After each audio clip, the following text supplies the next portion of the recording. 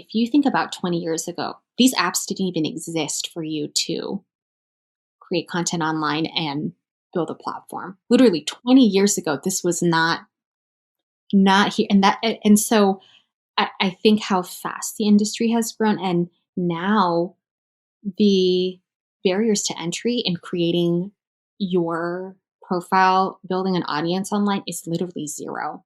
You could do it with your smartphone. And back then you might have needed a publication, like you might have needed a magazine. Welcome to Everything Is Teachable, the podcast that takes you behind the scenes to learn how everyday creators have transformed their skills and passions into online courses and businesses.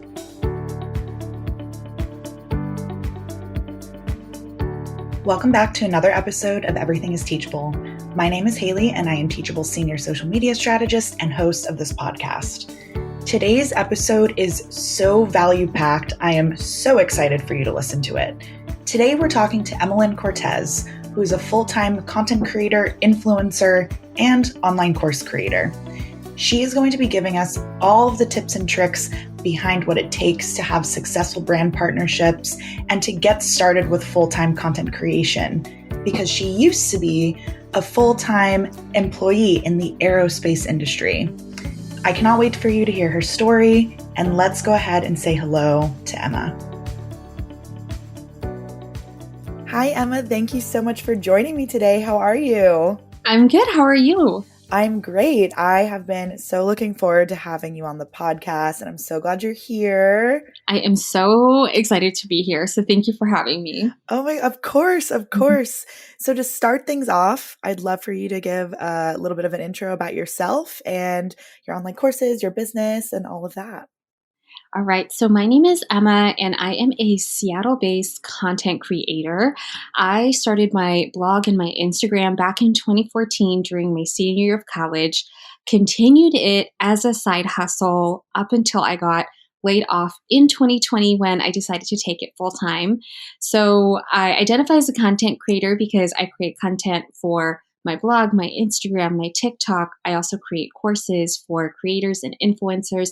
And I also create podcast episodes for our podcast community, the Content Creatives Podcast. So kind of in all of the creation space, restarted my YouTube channel. I'm still like baby steps on YouTube. I feel like that's like the last channel I've really adopted. But yeah, I'm on a lot of social media channels. I love it. And I know you also have online courses on Teachable. Can you talk a little bit about that as well? Yes, of course. So on Teachable, I have 3 established courses, and then I'm about to launch my 4th one.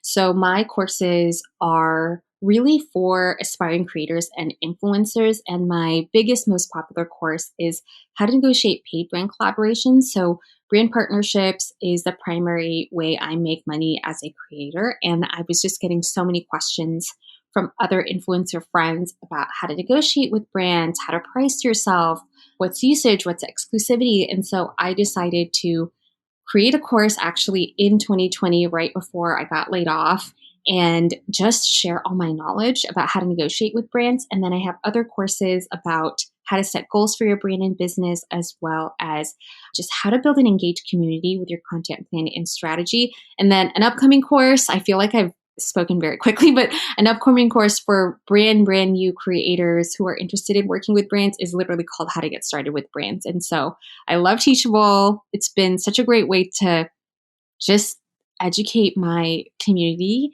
And honestly, like I feel like I was just answering so many DMs, and I was, answering the same questions over and over again. And I just like wanted a space where I could show like real life examples or just like bigger explanations that Teachable and putting in a course was the right format for me to do that. Right. Ooh, Well, first of all, congratulations on getting ready to launch your 4th course. And by the time this comes out, it will already be launched. Yes. So, yes. So exciting. And I love all of the topics that you touch on in your courses, as they're such a hot topic. And I'm also very excited to like dive into that world a bit more in this episode. Yes. But before we get into all of that goodness, I really want to hear more about your background and kind of where you were before you went full-time as a content creator. And I know that leading up to the layoff. You were working in the aerospace industry, Mm-hmm. and you were also at that time balancing this content creation side hustle with your full-time career. Yeah. So I'd love to hear more about that journey. That's so just inspiring and amazing. So I would love to hear about kind of like how you learned to balance that Mm-hmm. side hustle with your full-time career. Yeah, I balanced my aerospace career with content creation for 6 years. So I am not Wow. one of those, I'm not one of those people who was, where it was like, oh, I did this for a year or two, saw success, took it full time. I definitely, I guess I'll just start. So 2014 is when I started my blog and Instagram. I was getting ready to graduate college, about to work in corporate America, and I just wanted a space where I could be creative. And I Mm-hmm. was seeing other women and women of color start blogs, start Instagrams, and I realized they were degular girls like me who were creating content and sharing their outfits online. And so that really inspired me. And I thought, okay, if they could do it, why can't I do the same? And my intention when I started was to just have a creative outlet. I never ever imagined that I would take it full time. Literally out of college, all I wanted to do was have a secure job and like start saving for retirement, have a plan Yep. for paying off my student loans, but still have a creative space. And so, yeah, I thought I was going to be an aerospace executive at some point. I did not think I would take this. If you asked me at 22, 23, 24, I just did not think that this was going to be the career path. But as I just moved around my aerospace career, so I worked in finance, I worked in project management, I was in the commercial side of the business. And so I worked in our very large factories running around doing projects for the factory. I realized that as I moved around my career and I continued to do my blog and my Instagram on the side, that my passion was actually getting bigger and bigger. And when it came to the point to decide on a graduate program, because that was one of my life goals, I wanted to go to grad school, I decided that I would pursue my master's of digital media. So from 2017 to 2019, I would work full time from 7 to 3:30. I would come home and then I would be in class twice a week from 6 to 10 p.m. And I thought I was going to give up my blog and my Instagram.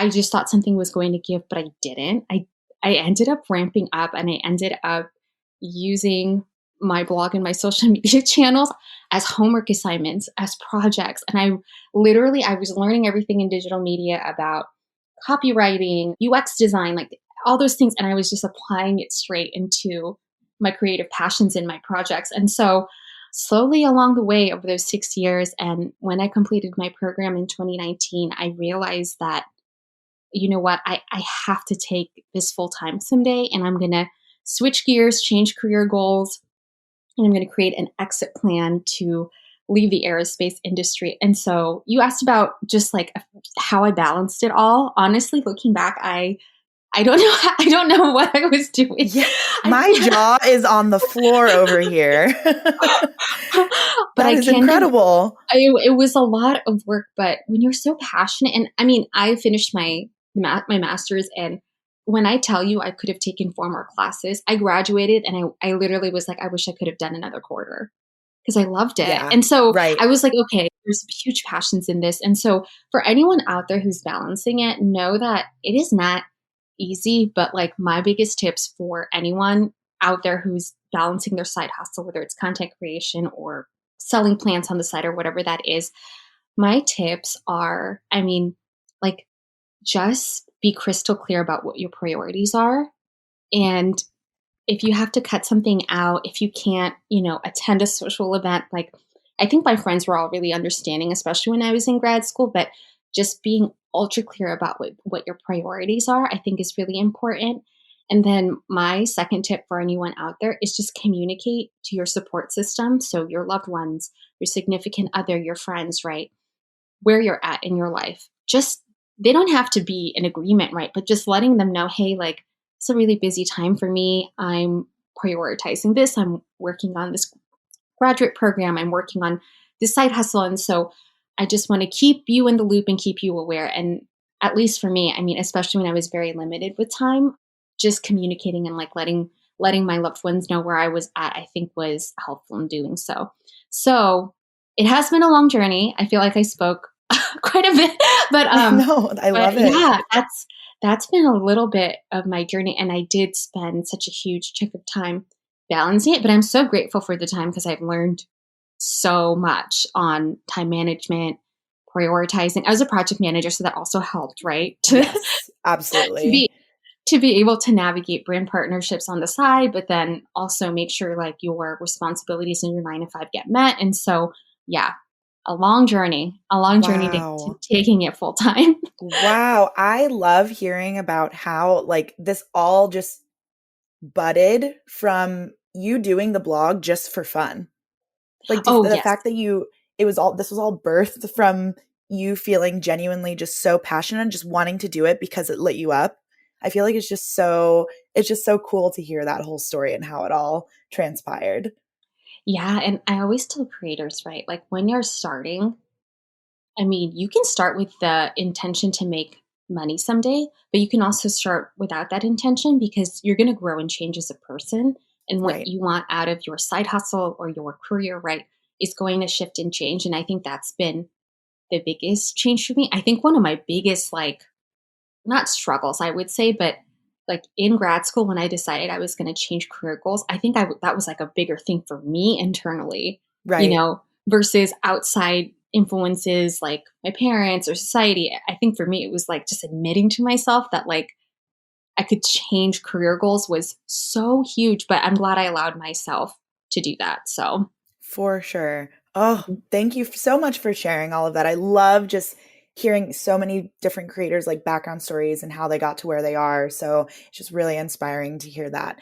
And I remember a few months ago, I noticed that you were featured in a Business Insider article about your entire experience being a full-time creator and how like you've basically, not even basically, like you've completely replaced your full-time income Yes. from being a Mhm. content creator, which huge congratulations. It's really such an amazing accomplishment. You should be so proud. And I really want to talk about that and Yes. how you finally ended up taking content creation full time. Yeah. So if we've ever chatted on Instagram or maybe on Facebook or wherever it may be, I I feel like I come across as probably more business minded than the average. Maybe I'm completely wrong. And so I think okay, so leading up to the Business Insider article, so essentially for the article, I shared with the writer, her name's Sydney Bradley, that in 2021, as my first year as a full time creator, I tripled my aerospace salary. I brought in What? Oh I my brought in God. over I know. I negotiated and I secured over $300,000 last year as my first time as being a creator. So I think people see that number and they're just like, "What?" And I fully understand. I fully get it. When I would see my favorite creators back in the day, share numbers and see how much they were making, I was also blown away. So but there's so much that led up to that. And so my biggest thing is if you're a creator, you're an influencer and you want to start making side hustle money or you want to transition and you want to make it a career someday, I am so big on setting your financial goals. So I started setting financial goals really in 2017 is when I started. 2017, I just wanted to break even. I was Right. I've been paying for photography since I started. So in 2017, all I wanted to do was make a few $100s a month in brand partnerships so I could cover the cost of photography. Right. Right. And it's big, right, to be able to cover some of your fixed costs as a creator, right? Whether that's photography or video editor, whatever that is, it's like just starting there. It doesn't have to be the first goal does not have to be I want to replace my corporate salary. The first goal can just be I want to make enough money to pay my monthly student loan bill. I Hmm. want to make enough money to pay my car payment or to pay the money that I'm putting into my blog, my Instagram, my TikTok, whatever. So 2017, break even. 2018, I wanted to make $10,000 on the side because I was like, okay, I made some money in 2017. I feel like Yeah. I could Let's up it. Let's up it a little bit. let's up it. And Yeah. And I was in grad school. And so I was, again, feeling very inspired with everything I was learning. And I was pouring my knowledge back into my craft, into my creative space. And so 2018 was 10,000 and I met that revenue goal. It was the first time I earned a 4-figure campaign. Wow. I still remember I was at 18,000 followers and a brand offered me like $2,500 for a campaign. And I was like, And wow, to oh my think God. about the timing of that too, that is such a big deal Yeah, to it's, to yes, get a campaign like that in that year is just amazing. crazy. Yeah. Then in 2019, I graduated from grad school. So I knew I was going to have more time, LOL, while I was still working full time. But I was going to be done with school. So I was like, oh my gosh, I'm going to have so much time on my hands. So 2019, I set a financial goal for $40,000. I was like, I'm at 10,000. Let's quadruple it. It's a Yes, let's stretch do goal. it. Yeah. It's a stretch goal. Yeah. But I set that goal and it was my first year securing 2 5-figure campaigns. So I was in shock when a brand was like, we want to pay you over $10,000 for this campaign. And I was like, Wow.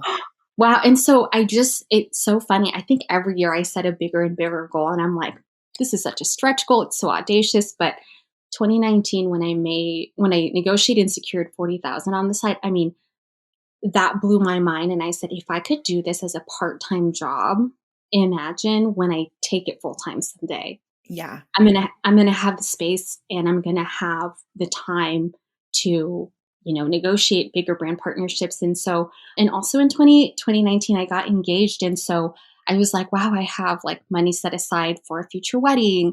This can be used for a down payment on a house, right? Like I was very optimistic ending 2019, especially like seeing it financially. So 2020, I set another big financial goal and I said, I want to match my corporate salary at $90,000. I was like, I'm going to match this.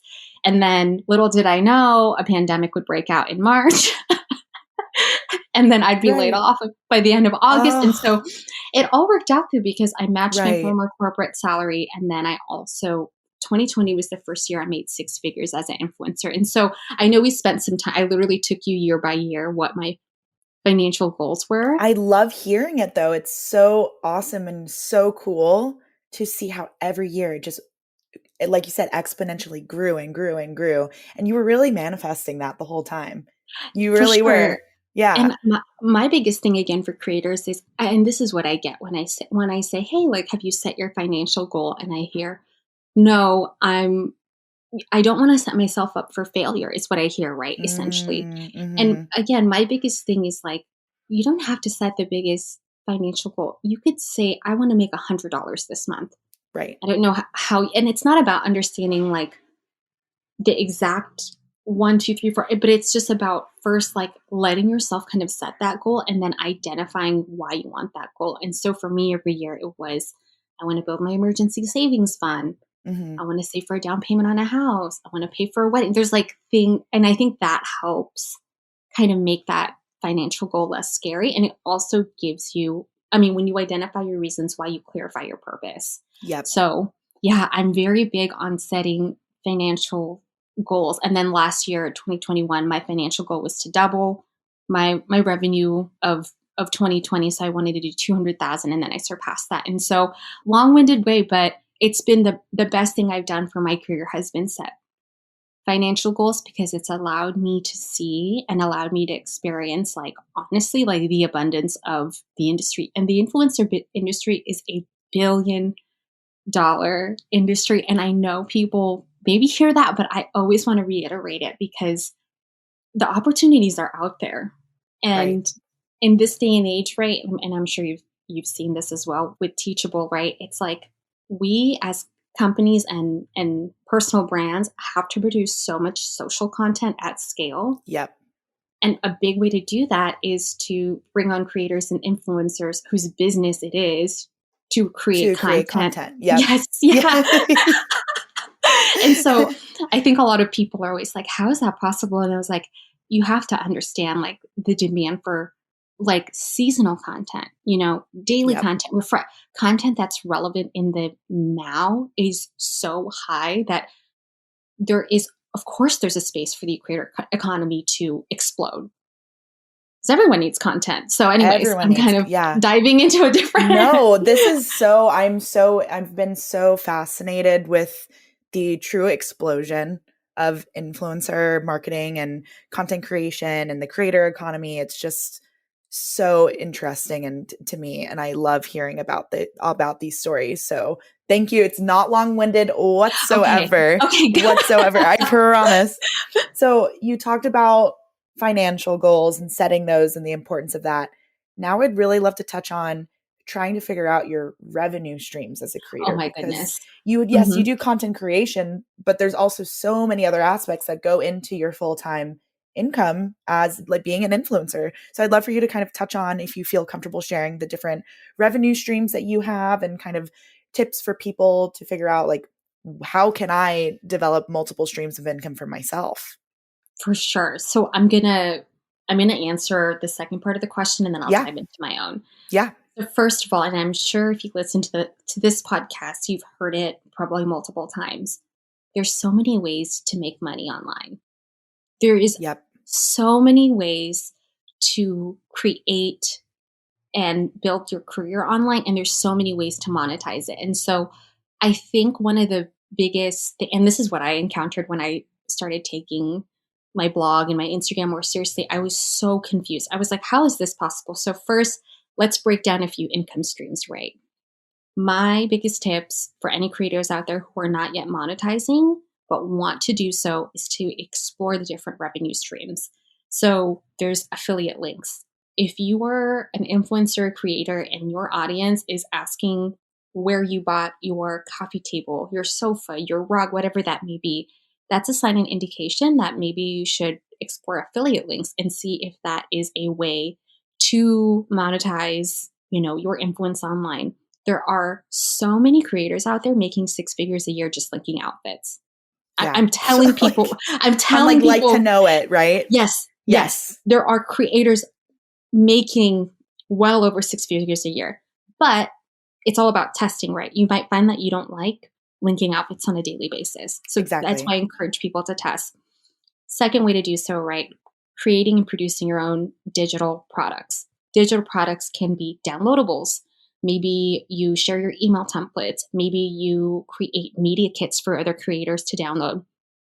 Or maybe you create your own course on Teachable, right? That's a digital product, right? Yeah. Mm-hmm. If you are an expert in a specific industry or a field, maybe you want to teach other people how to care for houseplants or whatever that is, right? You could put everything you know and like what your audience is asking for, those same questions over and over again, and you can put that on a course. On the flip side of digital products, you could literally produce physical products, and there are creators who do this all the time. Think Yeah. about your favorite YouTubers when they launch a merch line, right? Yep. When they launch their crew necks, their tote bags, their hats, whatever that is, right? Or you can even think about your favorite beauty YouTubers who have gone out and created their own makeup lines, right? Yep. That's launching their own physical product. So whether you want to do affiliate links, whether you want to create physical products or digital products, so much of it is being introspective and asking yourself, what does my audience know about me and expect from me? What is my brand about?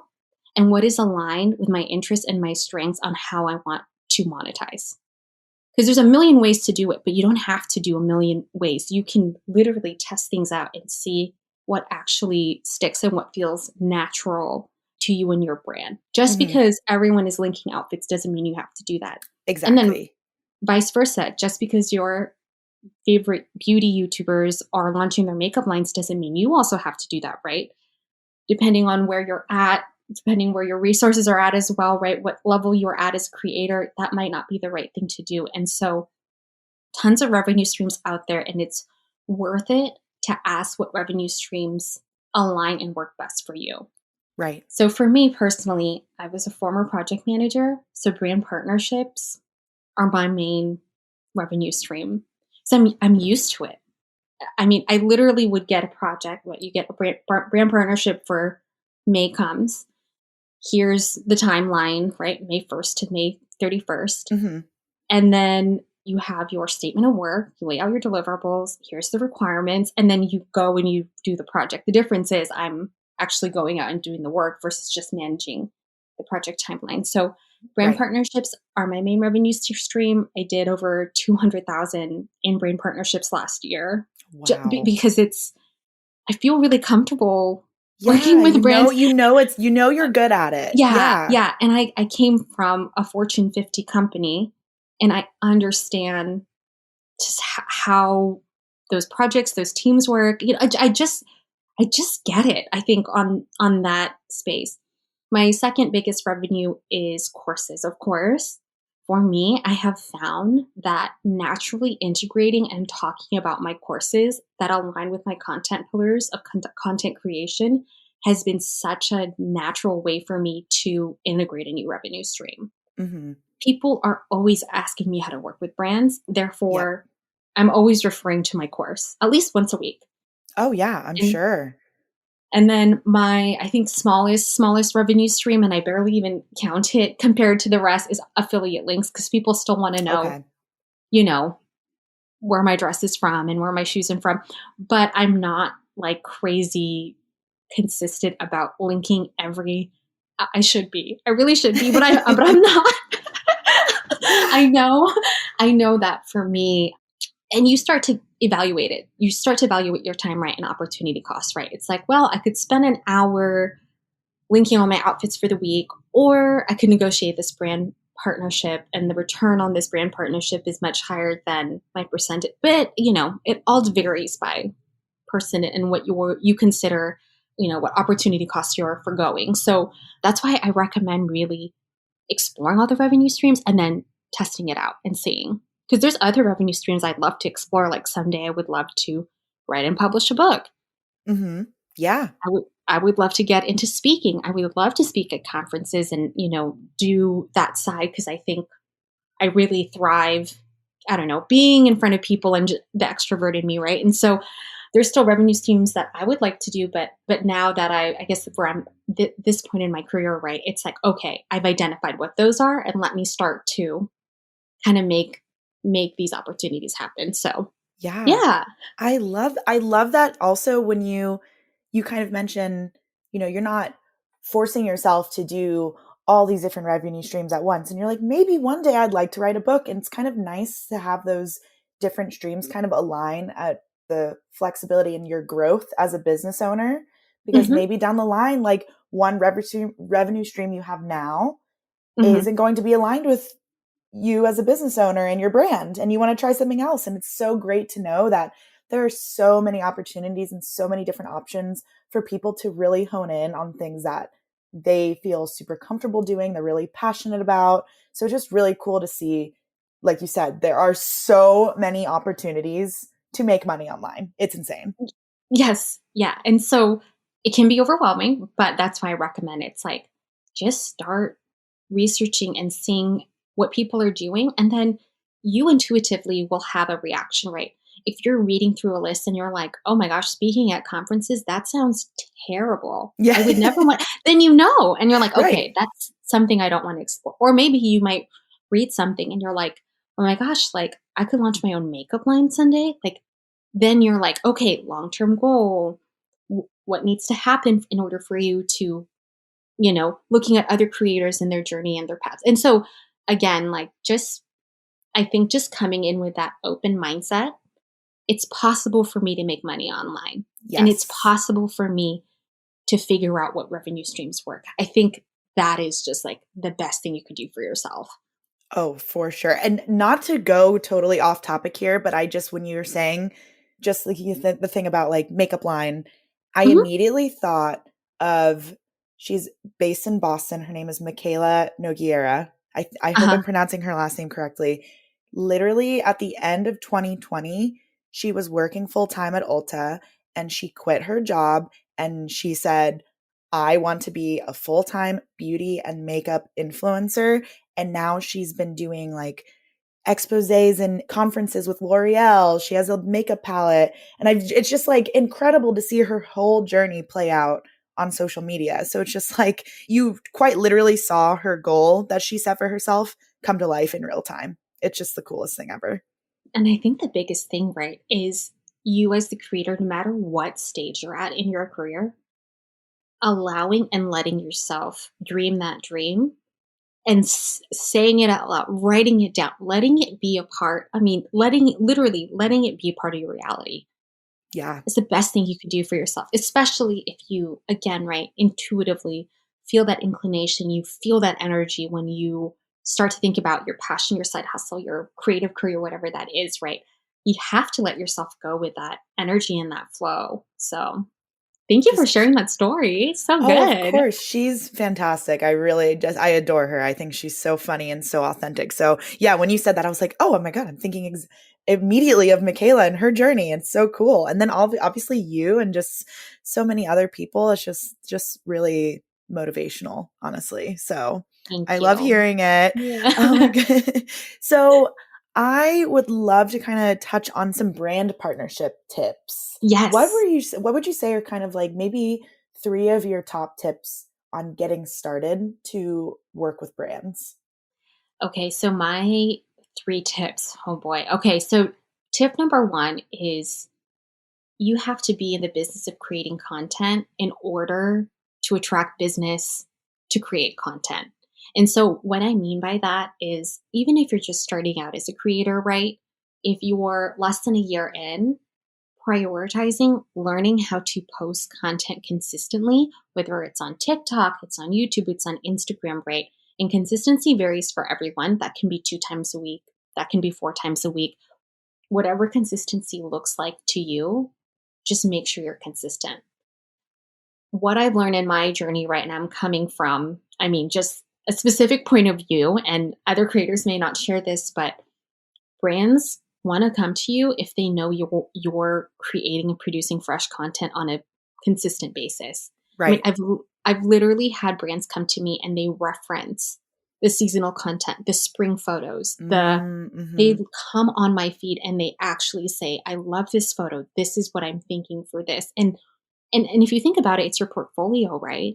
Yeah, exactly. Instagram, yeah, your TikTok, your blog.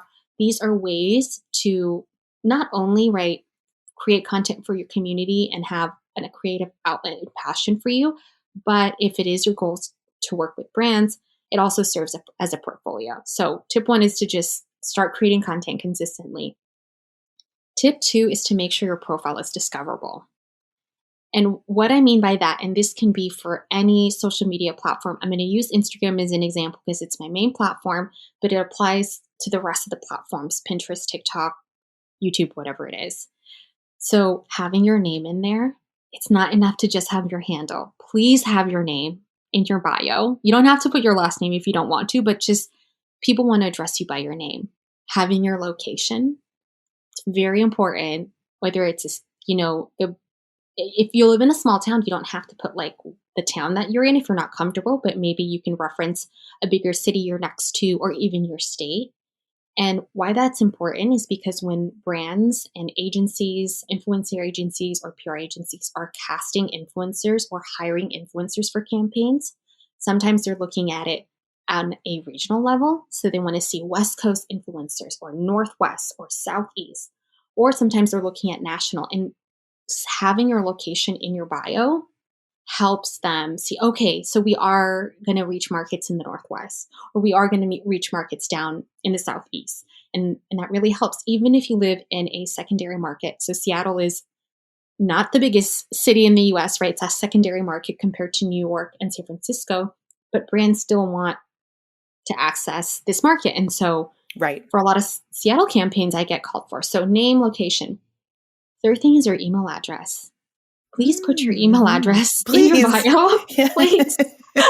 I talk about this quite a bit. And the reason why that's important is when, again, brands and agencies are casting influencers for campaigns, they're not looking at their phones. Typically, it's like on desktop. And that email button is not always there.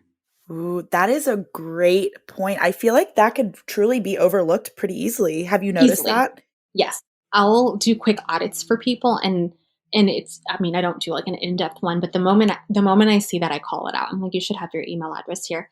And then the last thing I wanted to say in here, right, about having your profile discoverable, is tag your location or use hashtags relevant to your location. It's all about Right. being searchable and discoverable. Even if you're not creating content that's specific to Seattle, like the city I live in, again, just people knowing that you're a creator in Seattle is very helpful in doing so. Okay, so that's like a very long tip number 2. So tip 1, what was my tip 1? I've like already forgotten. I've just been so zoned in on Zoned in. everything you've been saying. Oh, tip 1, create content consistently. Tip Yes, 2, yes, create yes. tip 2, create a consistent profile. And then I'm trying to think what would be a good third tip. Yeah, Oh my maybe gosh. something like that you've personally witnessed, anything. Yeah. Yeah.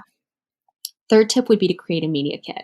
I Yep. know this is very intimidating for a lot of creators, but creating a media kit, it's 1 to 2 pages. You can keep it at 1. You can have 2 if you want, but just it's essentially your resume. Have your about me section, put your profile photo in, have your stats in there.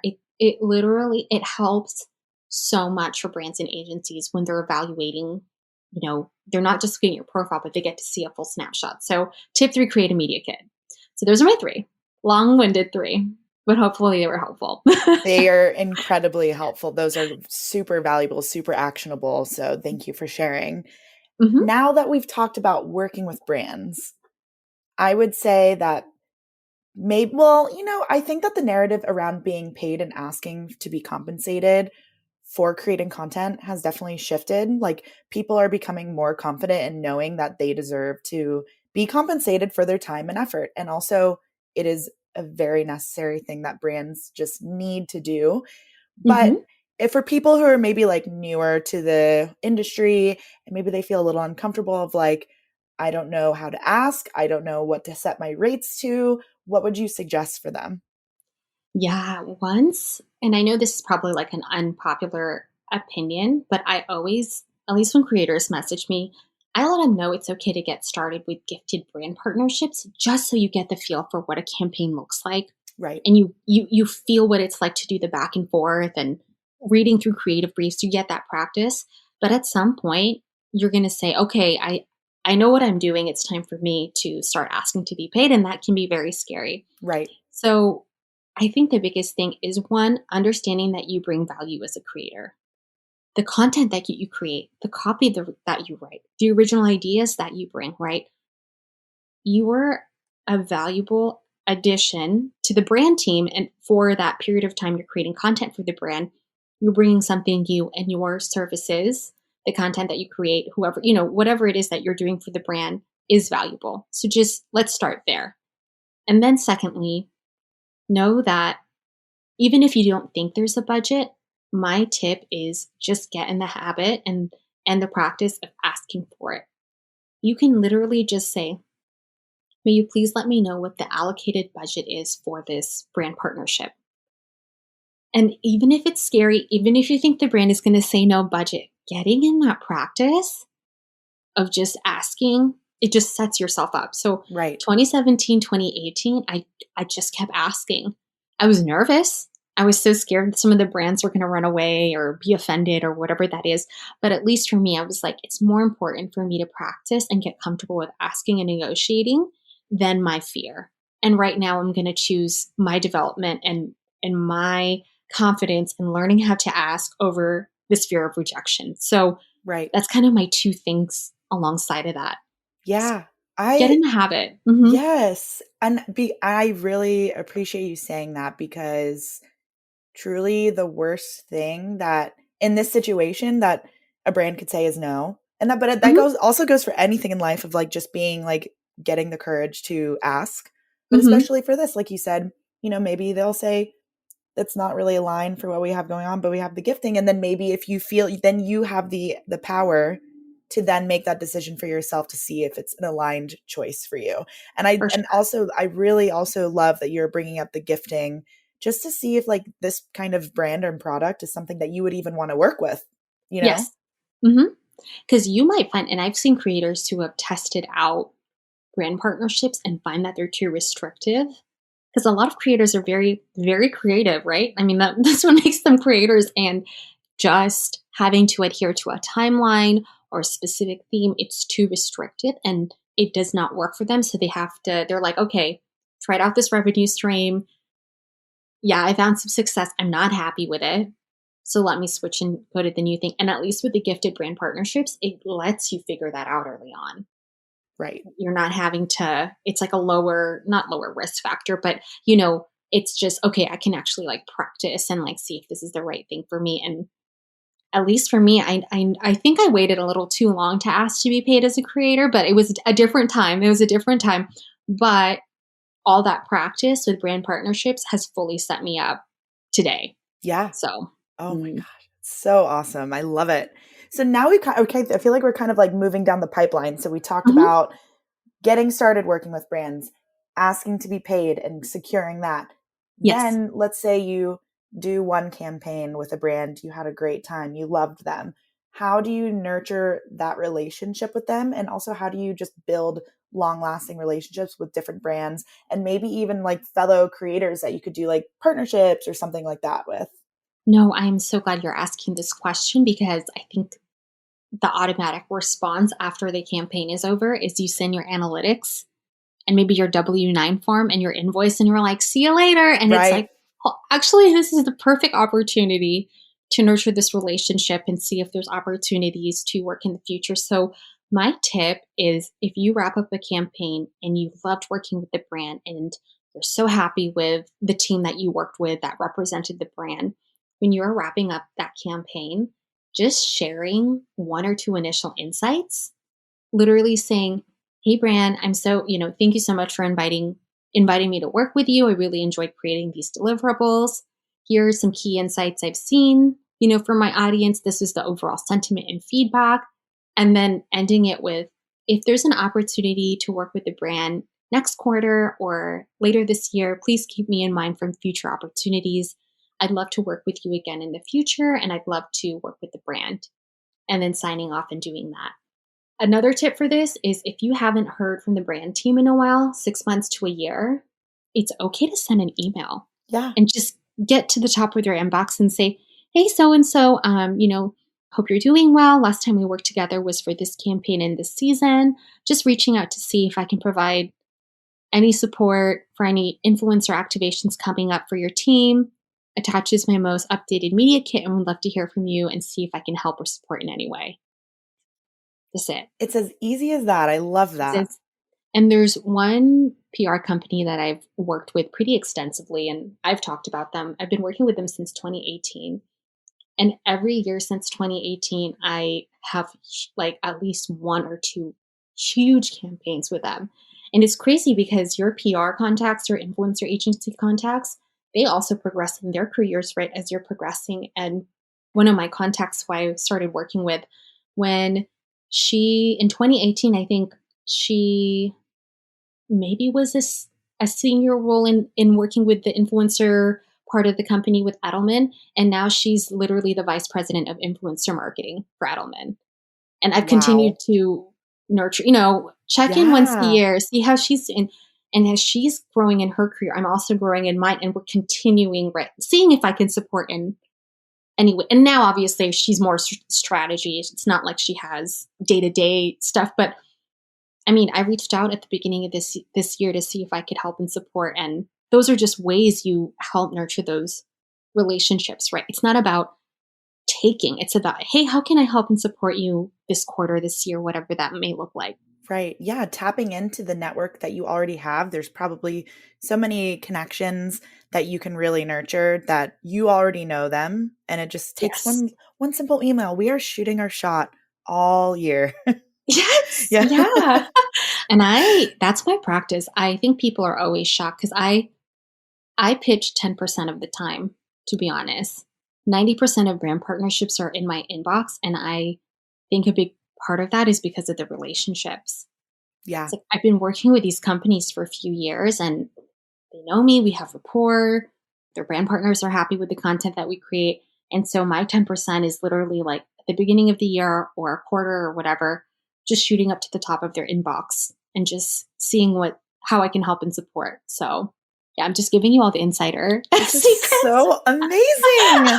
Do you even know that this has been such an incredibly actionable and valuable episode? I truly just like appreciate you just telling and talking so much about like all the details that it takes in your journey. It has been truly amazing. Oh, I'm So, so glad. yeah, Thank you for giving me the space to just of even course. talk about this, and hopefully, right, my intention in any interview or anytime I'm online or whatever that is like, especially if I'm talking about the influencer industry, just pulling back that curtain and showing others this is possible to do if you want to do this. This doesn't Mhm. have to be your main way to do it. If working with brands sounds terrible, then of course don't do that. But if this is an interest, hopefully these tips can help set yourself up little by little in being Yeah, able to explore at least this part of the influencer industry. for sure. I think this is truly one aspect of many aspects of the creator economy that is just, continuing to grow day by day. And it's so exciting and it's so cool to see how accessible it is. There's so many, it truly is an accessible industry for anyone to get into, which is really like one of my favorite things about it, I think. Oh yeah, I mean, Yeah. it's crazy, right? If you think of the influencer industry, I mean, where it is today, if you think about 20 years ago, these apps didn't even exist for you to create content online and build a platform. Literally Right. 20 years ago, this was not here. And so I think how fast the industry has grown, and now the barriers to entry in creating your profile, building an audience online is literally zero. Hmm. You could do it with your smartphone. Yep. And back then, you might have needed a publication, like you might have needed a magazine. You Yeah. would have needed distribution, and so, and I think that's why I'm like so excited about it. And I know it's intimidating to get into, but like realizing your barriers to entry, if you want to be a creator online, you could do it with a smartphone today. Yep. Yep. Oh, So, I was literally my last question that I always ask oh, everyone, every guest is, do you have any last words of wisdom or inspiration? And we can definitely do that again, but I feel like that was just such like a perfect mic drop oh situation. my gosh, yeah, That I was think so perfect. okay, good. um, yeah, I would say that would probably be like my last words of wisdom is just like knowing whatever you're passionate about, you can turn that passion, if it's your goal, into your full time thing. And I've seen it. I've just seen it over and over again. I've seen people, like one guy from the UK, I remember hearing about his story. His passion was ping pong, and all he wanted to do was become a ping pong coach.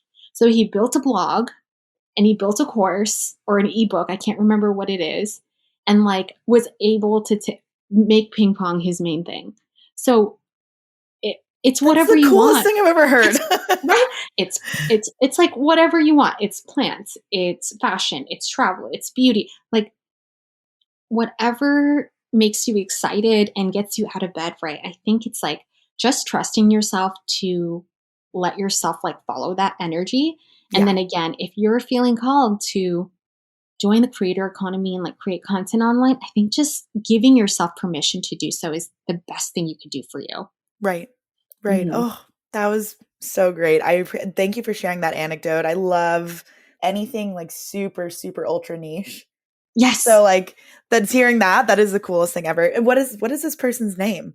I cannot remember. I heard him Oh, on a podcast. yeah. I know, but I remember listening to his story and I said, and this was back in probably 2018 or 2019. I can't, it was the Pro Blogger podcast. And I remember Mhm. hearing his story and I said, oh my God, if this guy could make ping pong his career and this is his life goal, Yeah. anything is possible with whatever passions. Truly anything.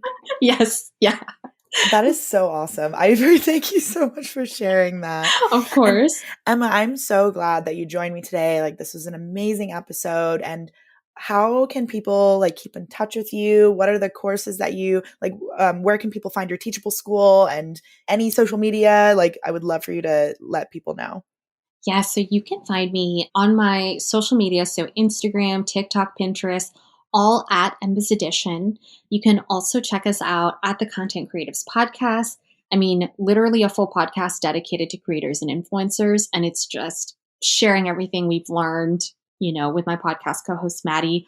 You can also check out my Teachable courses. Oh my gosh, it's all linked on my website, emmasedition.com as well. And if you click the shop tab, they're all under there. But How to Negotiate Paid Brand Collaborations is my most popular one. And then the one, if you're really interested in getting started working with brands, I literally named the title How to Get Started Working with Brands, just to keep it easy. Yeah, keep it easy, keep it simple. You'll find it on Teachable. It's there. And so those are my courses. And I think that's pretty much it.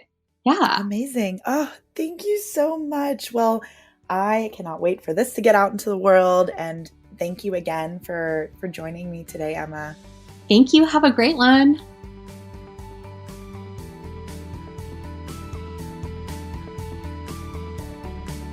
This podcast is produced by Teachable, your go-to platform for course creation.